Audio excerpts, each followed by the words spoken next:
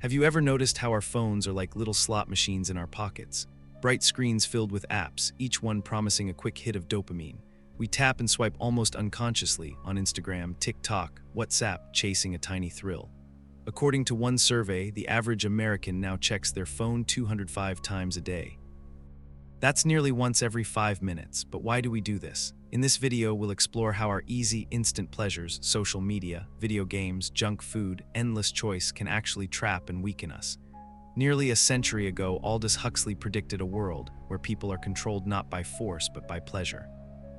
Today, we'll see how Huxley's warning is coming true, how the constant chase of quick gratification may cost us more than we realize. Does that sound surprising? Have you noticed how these habits affect your own life? Let us know in the comments. In the modern world, pleasure is literally at our fingertips. Every app, website, or snack is designed to give us a hit of pleasure, and soon. But this very convenience is dangerous. As Stanford psychiatrist Anna Lembke explains, our smartphones and social media are the addictive substance of choice today. Each notification, each like, each sugar-laden cookie floods our brain with dopamine, the same feel-good chemical that drugs trigger. In fact, one expert calls the smartphone a modern-day hypodermic needle, delivering digital dopamine.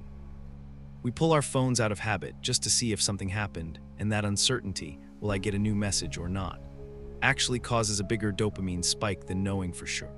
It's exactly how a slot machine works, unpredictable reward, big rush. So we end up on a merry-go-round of quick pleasures. We scroll without even thinking, watch short videos or play just one more game, grab a sugary snack on autopilot.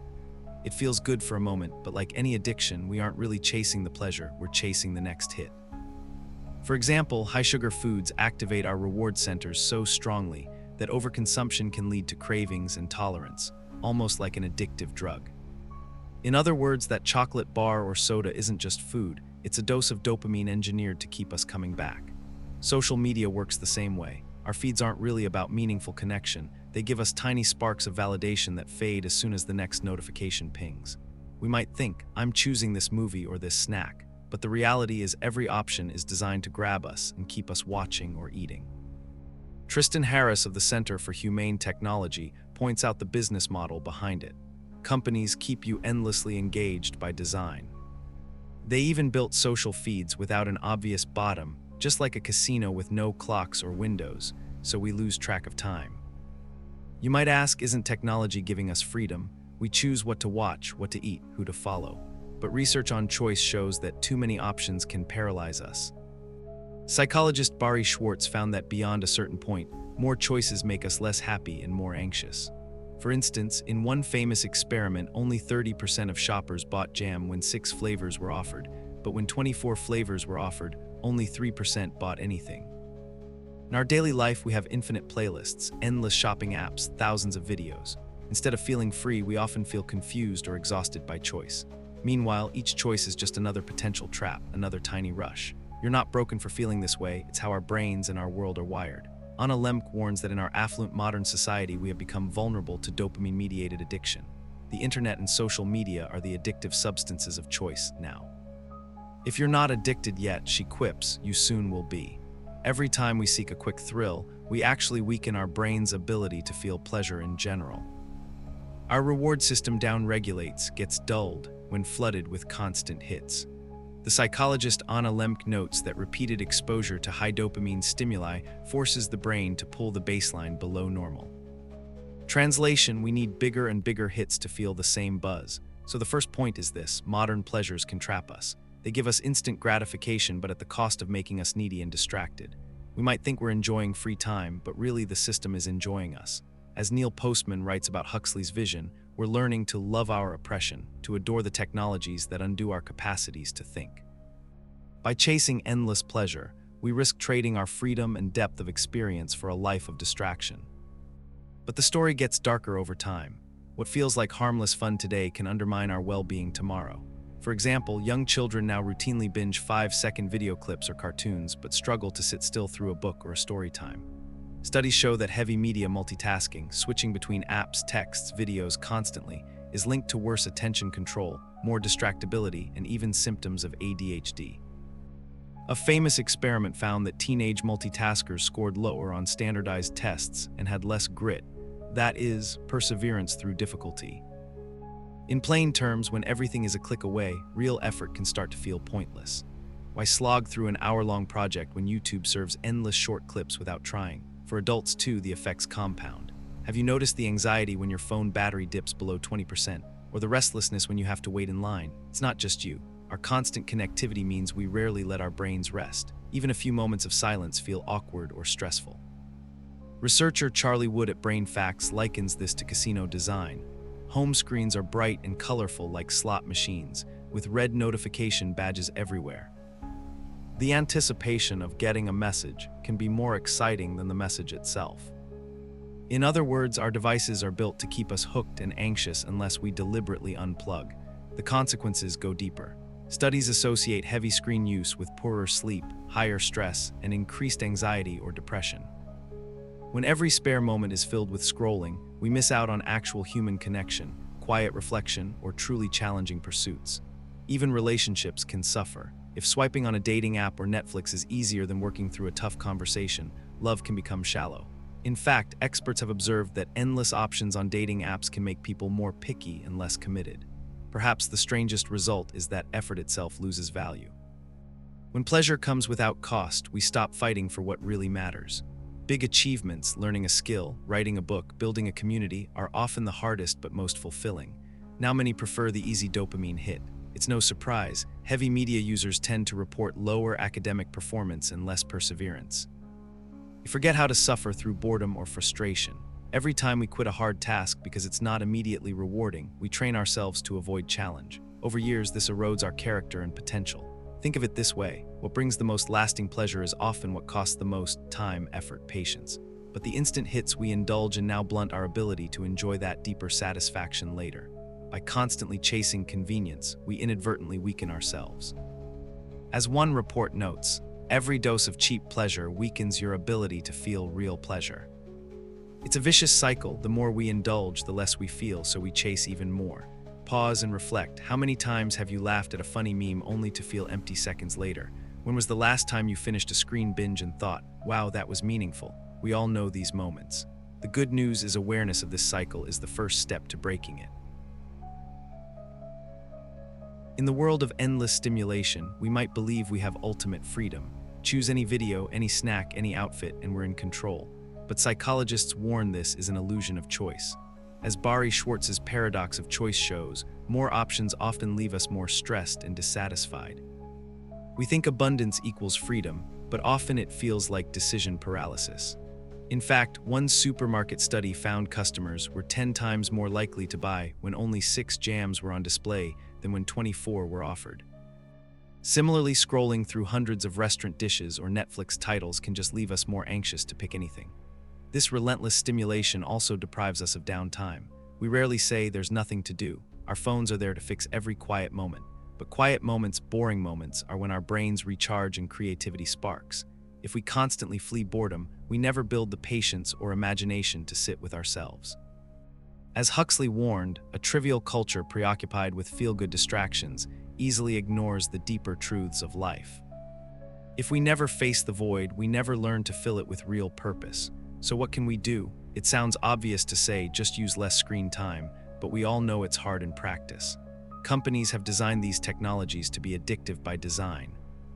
Even Dr. Lemke suggests that the first day off your phone feels like withdrawal, full of anxiety and foam.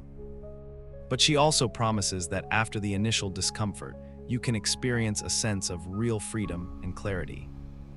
That sense of freedom, feeling you own your time rather than being owned by notifications, is worth it. Here are some practical steps researchers and therapists recommend. Set strict limits. Use apps or phone settings to enforce screen time caps. Lemke even suggests taking regular phone vacations, at least one day a week offline, to reset your brain's reward system. Simple rules like no devices during meals or an hour before bed can start rewiring your habits. Remove the bait, turn off non-essential notifications, and remove distracting apps from your home screen. In Brain Facts advice, people talk about decasinoing the phone, hide the colorful icons, turn off badges, put the device in grayscale to make it less enticing. Essentially, make scrolling less automatic. Seek real pleasures. Replace digital dopamine with healthy rewards: exercise, nature walks, reading, conversation, creative hobbies. Studies show that even a 2-week break from social media can improve life satisfaction, sleep, and stress. People in digital detox experiments report feeling more present and even pleasure from non-screen activities. Start small: a walk without headphones, talking to a friend face-to-face, savoring a home-cooked meal mindfully.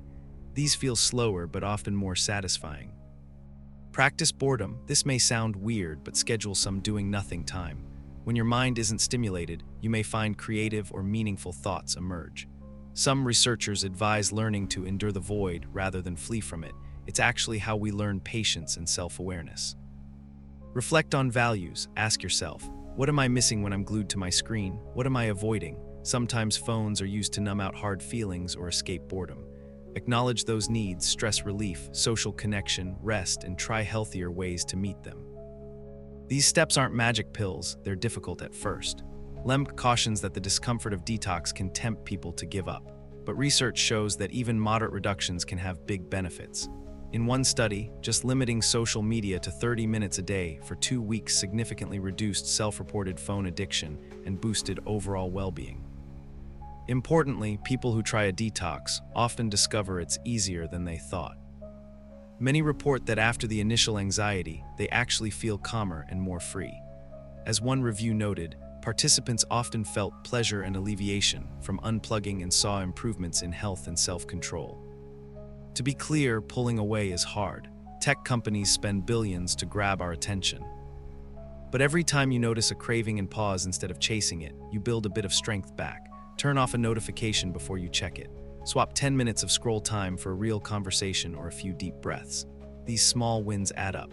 Over weeks and months, you regain a sharper focus, deeper enjoyment of real-life moments, and the freedom to choose rather than be chosen by an app. This struggle isn't just personal, it's cultural. Huxley imagined a society that prized comfort and distraction above all. Today, some critics warn we are becoming that society. One commentator reminds us that Huxley worried the truth would be drowned in a sea of irrelevance by our culture of entertainment. Indeed, when we spend hours on trivial content, we risk ignoring bigger issues: climate change, social injustice, even personal growth. A populace entranced by constant pleasure is less likely to question authority or strive for meaningful change. We also face social consequences. Rates of anxiety and depression have surged in recent years. By some estimates, teen depression doubled in the era of smartphones, and researchers note this rise coincides with the growth of social media use. While the data is complex, many experts see a link between our screen habits and mental health. If nothing changes, future generations may grow up less resilient, more isolated, and easily bored. Creativity and deep thinking, skills often forged in solitude and challenge, might become rare. Philosophically, this issue touches on what we humans really need. Ancient wisdom and modern psychologists agree. Happiness and fulfillment come not just from comfort, but from purpose, relationships, and personal growth. In other words, what we really desire, meaning, connection, mastery, is not the cheap hit but the hard-won prize. As Neil Postman summarized Huxley, in 1984, Orwell feared we'd be controlled by fear. Huxley feared we'd be controlled by what we desire. It's a chilling thought, but one we can resist. If this topic resonates, remember there are many paths to explore deeper meaning beyond quick thrills. Reading Huxley's own books like Brave New World or Brave New World Revisited, or contemporary writers like Neil Postman, Amusing Ourselves to Death, can offer insight. Mindfulness practices, philosophy, and community activities are also great antidotes. We'll link some resources in the description. Let's recap. We saw that modern pleasures, though instantly gratifying, come with hidden costs. They can hijack our brains like a drug, stealing our focus, joy, and even freedom. We saw evidence. From neuroscience to social studies, research shows that constant easy stimuli dull our attention, weaken our ability to enjoy deep rewards, and increase stress or loneliness. We also looked at solutions: managing our screens, embracing boredom, and reconnecting with authentic experiences. The core message is this: pleasure itself isn't the enemy, but unchecked pleasure is. When we can choose balance, when we choose sometimes to delay gratification, we actually pay a much lower price. The great personal rewards in life, love, achievement, mastery, cost more than the cheap pleasures, but are far richer. Huxley's caution remains timely. If every spare second is an opportunity to be stimulated, we must ask whether we're living or just being entertained. So what can you do starting today? Perhaps put your phone in another room while working on something important. Maybe set aside one weekend day with no screens. Notice how you feel when you step away from the constant buzz. Feel your own freedom, however small. If this video helped you see things differently, please like and subscribe for more reflections. Share your thoughts below. Have you tried a digital detox or set limits on your phone? How did it go? Let us know. Thank you for watching, and remember, we don't have to pay a high price to reclaim the simple pleasures of life. Let's choose them together.